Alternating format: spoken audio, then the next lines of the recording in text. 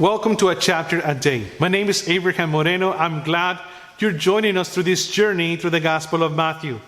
The main goal of this video series is to help you get into the Word of God daily.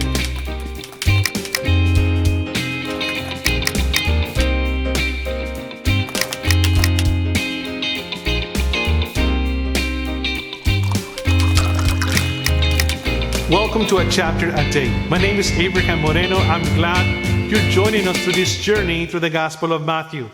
The main goal of this video series is to help you get into the Word of God daily. For Christian spiritual growth, two main components are necessary: prayer and spending time in God's Word. The greatest challenge for most believers, it seems to be spending time in God's Word. This series is intended to help you develop an appetite for God's Word, not to replace it.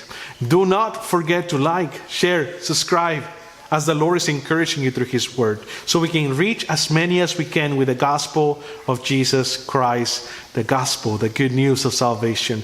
We are reading out of the New Living Translation for ease of understanding. We are in the Gospel of Matthew, chapter 19. Here are three insights in this chapter that I would like you to pay attention to.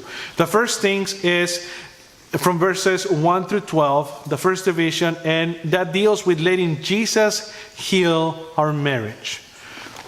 Some practices are lawful but not biblical. So follow the principles given in Scripture and you'll be all right. God's original plan was one man for one woman for the entirety of their lives. But He made a concession for Israel and permitted divorce. Divorce is not giving us the solution to the problem. It takes a change of heart for two people to make a new beginning. My friend, only Jesus can change hearts. Before you run away, run to God and seek His help.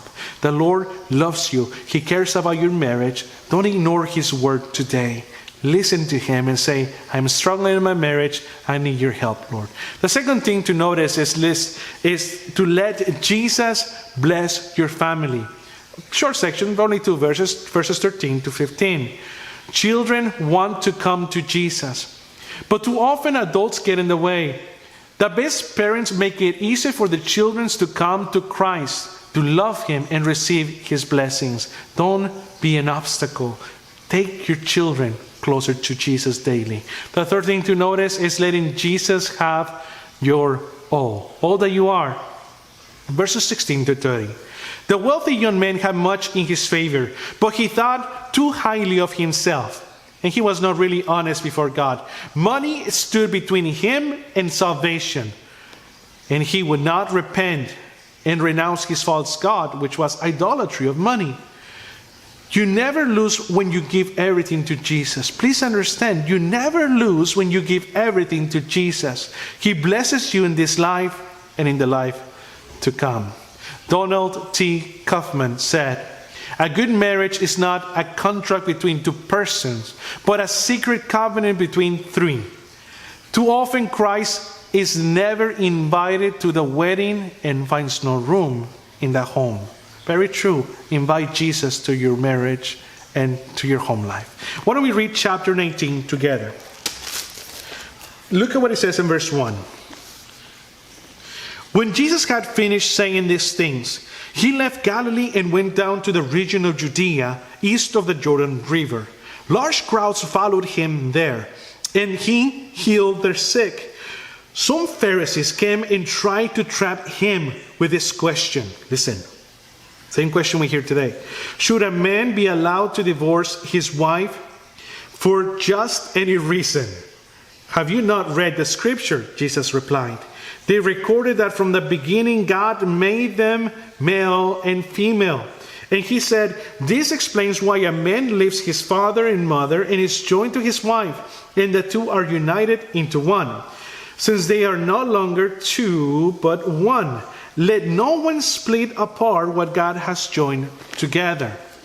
Then, why did Moses, say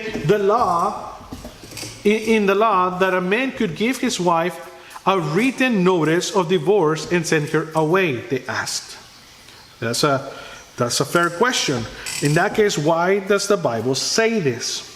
Right?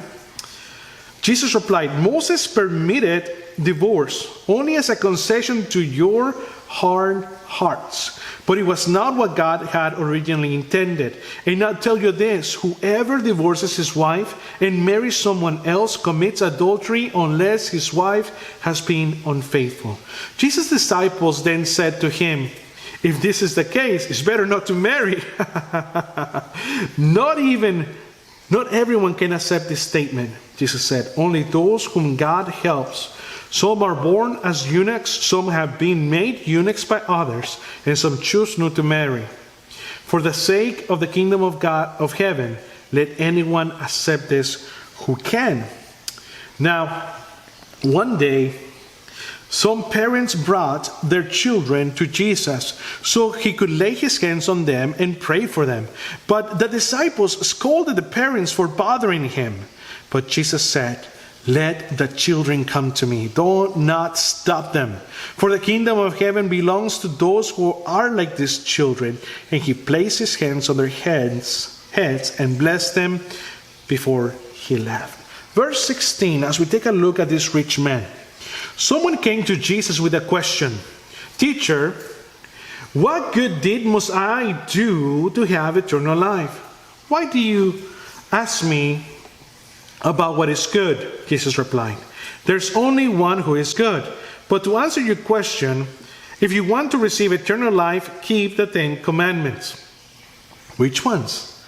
The man asked. And Jesus replied, you must not murder, you must not commit adultery, you must not steal, you must not testify falsely, honor your father and your mother, love your neighbor as yourself.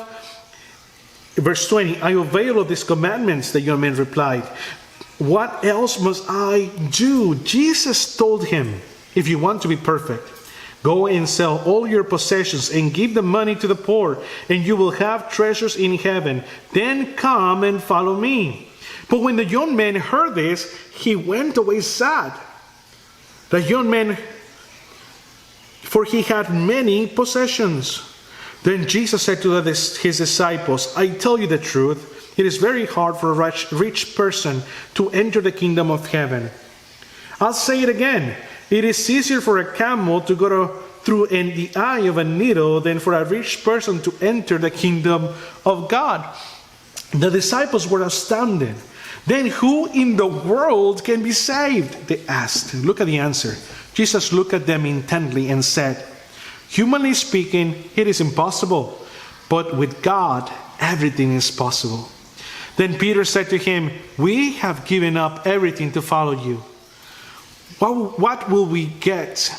Jesus replied, I assure you that when the world is made new, the Son of Man sits upon the glorious throne, you who have been my followers will also sit on 12 thrones, judging the tribes of Israel.